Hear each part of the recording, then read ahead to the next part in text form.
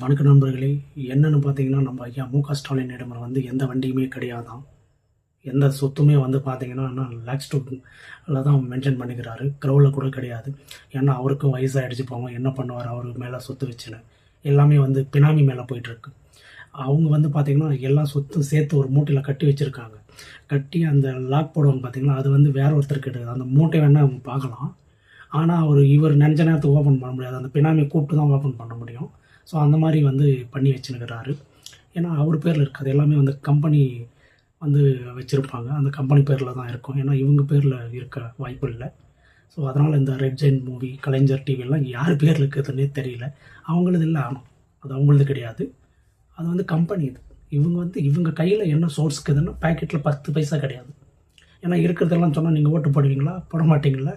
அதுக்கு தான் 10 பைசா கிடையாது. வடிவேல் மாதிரி இப்படி தூக்கி காமிக்க வேண்டியது தான். ஒன்றும் கிடையாது. அப்படின்னா தான் வந்து நீங்கள் ஓட்டு குத்துவீங்க. ஆனால் நம்ம தளபதி அப்படி கிடையாது. அவர் சுயமாக உழைச்சி சம்பாரிச்சது. அவர்கிட்ட இருக்கிற எக்ஸல் சூப்பர் முதல் கொண்டு மென்ஷன் பண்ணியிருக்காரு. அவர் பேரில் என்னென்ன இருக்குன்னு சொல்லிட்டு. மற்றவங்க மாதிரி வந்து கம்பெனி பேர்லேயோ பினாமி பேர்லேயோ வந்து பதிக்க வைக்கல. ஸோ யார் நல்லவங்க யார் கெட்டவங்கன்னு சொல்லிட்டு இந்த 2026 தேர்தல் வந்து முடிவு பண்ணும். இன்னும் கொஞ்ச நாள் தான்.